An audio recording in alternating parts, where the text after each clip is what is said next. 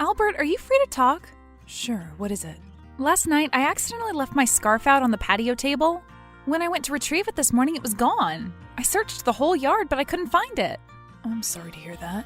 Would you like me to get you another one on my way home? I'm pretty sure I can find something similar. No, that's okay. Turns out the wind had blown it away last night. I found it high up in the tree branches. Oh, good. Is that all you wanted to talk about? No, I'm afraid not. When I was going through the security camera footage from last night to figure out what had happened, I came across something peculiar. Is that so? What did you come across? At around 4 a.m., I saw you leaving the house. Are you sure that was me on the footage? You tell me. Was that really you? Did you leave the house last night? No, I don't recall doing that. Perhaps it was just someone who resembles me. Are you saying a stranger was at our house? It's a terrifying thought, isn't it? What if it was a burglar? We need to investigate this. Yes, I agree. We should definitely do that. Should I call the police?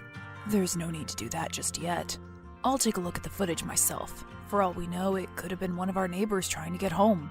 I guess that's possible. It was pretty dark, so it's a bit hard to tell.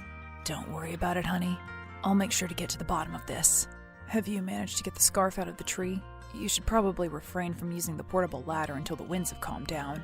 I know, I'll get it some other time. But are you absolutely sure the man in the footage couldn't have been you? Don't you think you'd have noticed if I got out of bed in the middle of the night? You've always been a light sleeper. I couldn't have left the house and returned without you noticing. I suppose that's true. Of course it is. Please, try not to think too much about this.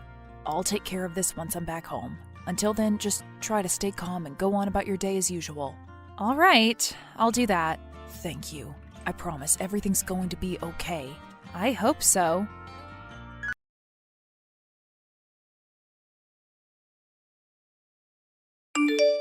Good afternoon, Ronald. I hope you're doing well. Good afternoon. I'm doing fine, thanks. This is a little awkward, but I was wondering if you could help me with something? Of course, I'm always ready to help. This is what neighbors are for, right? I'll be over as soon as I get back from work. Albert was so kind as to help us shovel the driveway this morning. I'd like to return the favor. Oh, no, that's not it. I was just wondering if you could let me have a look at your security camera footage from last night. There's something I'd like to check. Why? Did something happen? Well, to be honest, I'm not entirely sure myself. I just want to have a look at the footage between 4 a.m. and 8 a.m. Could you send it to me? Sure, no problem. Thank you.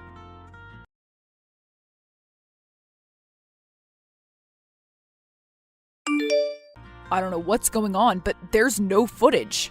Sorry, what? What do you mean? It looks like the cameras went offline from 4 a.m. to 6 a.m. Really? That's odd. Does that kind of thing happen often?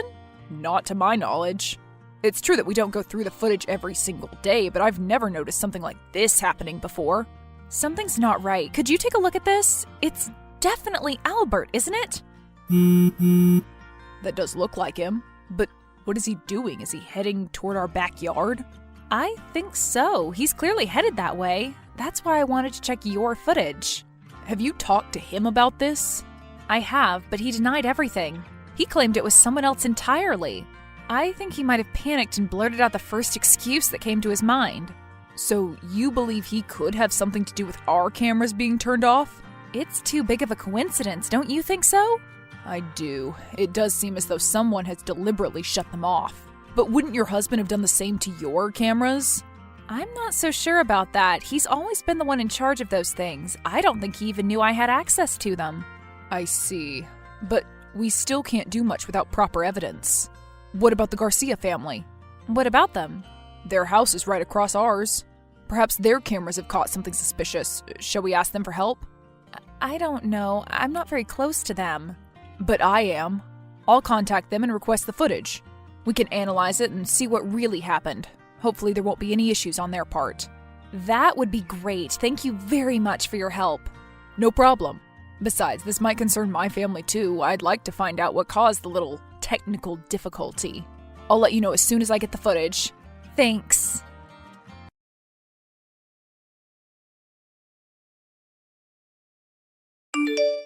I don't know what to make of all this. Did you have a look at what they've sent? Am I hallucinating, or did he really enter our house? Well, unless it's some kind of strange shared hallucination, I'd say he actually did it. But how is that possible? All our doors and windows should have been locked. Your cameras should have also been online. Everything seems a bit too planned out. Did you hear any noise at all last night? No, not a thing. Do you have any leftovers from last night? Leftovers? Why?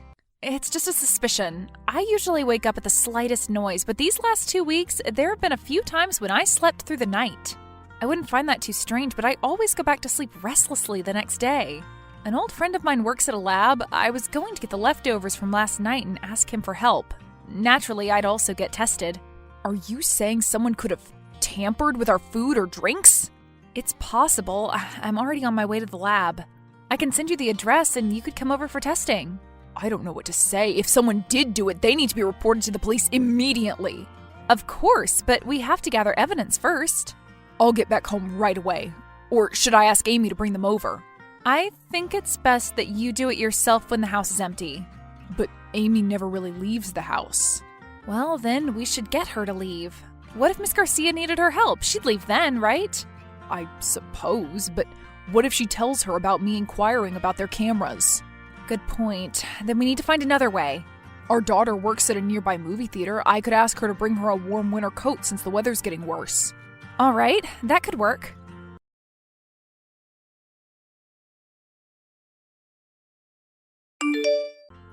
I've got the preliminary results. They've confirmed my suspicions.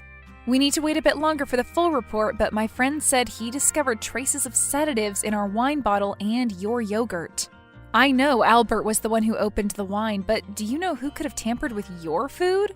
I don't want to believe it. I can't. What's wrong? Could it have been Amy? I don't mean to accuse your wife with no proof, but who else could have had access to your food? It wasn't Amy who prepared the yogurt for me. It was Melanie. Your daughter? Isn't she only 19? That can't be right. There must be a mistake. It has to be a misunderstanding. Is your friend sure about this? His lab regularly conducts this kind of testing. I trust his expertise. If you like, you could also have it tested elsewhere. But this makes no sense. Why would she do this? I'm sure we'll find out eventually, but I highly doubt we're going to like what we find. Please, don't take this the wrong way, but if it's what I think it is, I'm not going to let your husband get away with this. Both your husband and my daughter will suffer the consequences of their actions. You're starting to scare me, Ronald. Please, don't tell me you're thinking of doing anything reckless. I know you're angry, but we still don't know what's going on for sure. Please, refrain from acting in haste. But we may never get any of them to confess.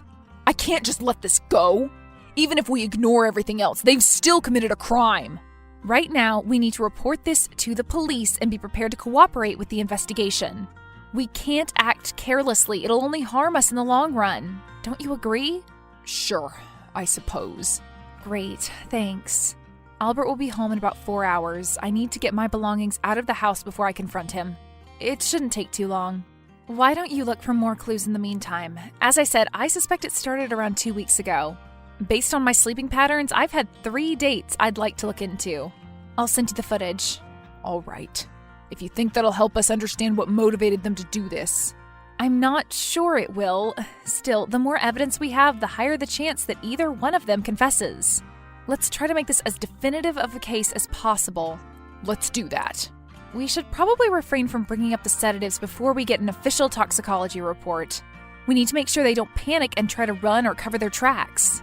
Let's just focus on the camera footage for now. Got it.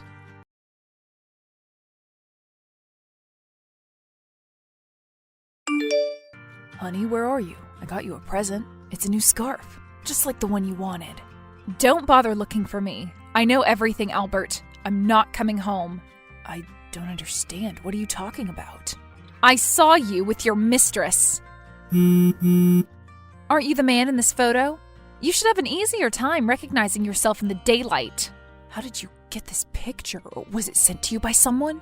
The look-alike near our house and now this? Somebody's playing a cruel joke on us. I'll find out who did this and make sure they pay for upsetting you like this.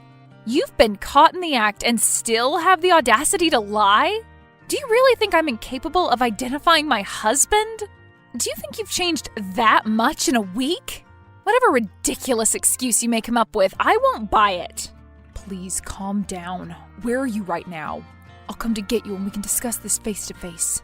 My whereabouts are no longer any of your business. We're done. I'll mail you the divorce papers as soon as possible. Even if this picture was authentic, which it isn't, would it really be something you'd like to get divorced over? Is it really that difficult for you to take responsibility for your actions? I refuse to continue this conversation until you're ready to stop feigning ignorance. I had no idea you were this childish.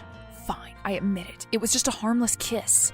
Any reasonable adult would agree that it's nothing serious. Just a harmless kiss? With your neighbor's teenage daughter? Well, technically, she's turning 20 in a month. You know, I've been racking my brain all day trying to find a way to calm my nerves before confronting you. I thought I was finally ready, but a few minutes of talking to you was enough to reignite my anger. You're absolutely revolting. I don't understand why you're making such a big deal out of this. There's no need to worry. If I wanted to leave you for her, I'd have done it long ago. How long exactly? That's not what I meant, and you know it. The point is, you didn't have to pack your things and run off somewhere. You could have waited for me to come home and we could have talked things over calmly. This is just an overreaction. You can see that too, right? Unbelievable. I can't believe I wasted my young years being married to a lecherous, odious man masquerading as a loving, caring husband. How could you do this to me? I'm not sure what you want me to say. I'm the same man I was 12 years ago. Perhaps you should have been more observant. You have no right to shift the blame on me. Do you remember what I asked you right after you proposed? Of course. You asked me if I was sure I was ready for such a huge commitment. Exactly. We didn't have to get married. We were doing just fine as we were, but you insisted this was the logical next step. You swore you were ready. You promised me we wouldn't be just another divorce statistic. Back then, I really believed I was ready to be in a monogamous marriage for the rest of my life. But, you know, people tend to change over time. Sometimes everything aligns in an unexpected way, and you can't resist seizing the opportunity. Change is a part of life. You need to come to terms with that. If you wanted to see someone else, you could have just told me. There was no need for any of this. We would have gone our separate ways, and you'd be free to live your life as this newly changed man. Instead, you had to destroy everything. I hate you. How could I tell you up front when I knew you'd get hysterical? If anything, you've just proven that I was right in thinking that. Right, because I would have obviously had the same exact reaction had you told me about this back when you first realized you couldn't stay loyal to me. You don't have any reason to assume otherwise, do you? That's right. I have no reason to assume you'd be any more receptive to this had I said this years ago. Years? Of course it's years. Well, I couldn't have changed overnight. I've been thinking about this for years, and 2 weeks ago when Melanie confessed to me, I finally found the courage to treat myself. You're making me nauseous. To think I spent over a decade living under the same roof as someone this repulsive? You stole my best years from me. How do you know those were the best years of your life? Maybe looks-wise they were, but you still have a long life ahead of you. I'm not complaining about you doing the same to me, am I? I could have had a real family. If you think about it, we're both at fault. Were we not a real family? Almost. You know I've always wanted to be a father. Oh, that must be why you've been seeking out lovers 3 decades younger than you. I'm being serious, Cecilia. You denied me so much. I've always been forced to live the life you wanted to live. For once, I did something for myself, and now you despise me for it? Can you not see how miserable I've been? Why didn't you say anything before things spiraled out of control? All you had to do was speak up. How was I supposed to know you were bottling up resentment for years when every time I asked, you said you wouldn't change a thing about our lives? I'm not going to feel guilty over the fact that you couldn't articulate your feelings. It's clear as day that you're the only one at fault. And guess what?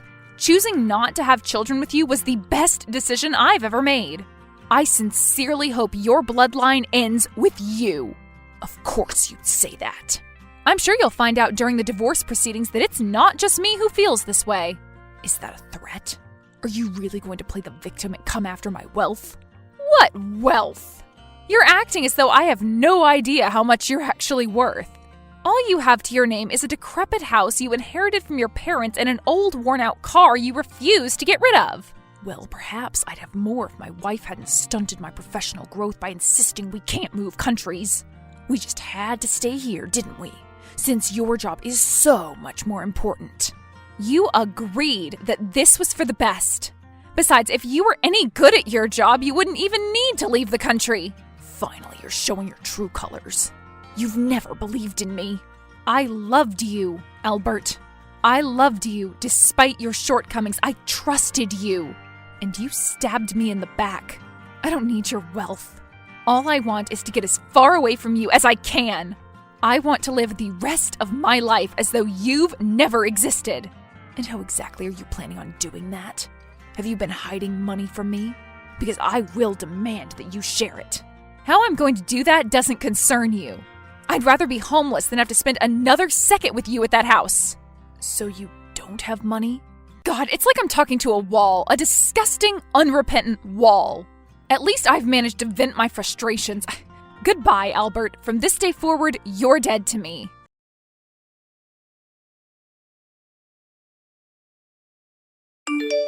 While I was arguing with my husband, Ronald and Amy confronted Melanie.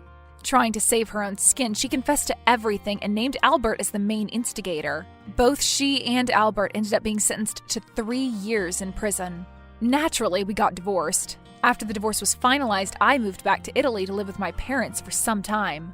As soon as my mental health started getting better, I resumed working.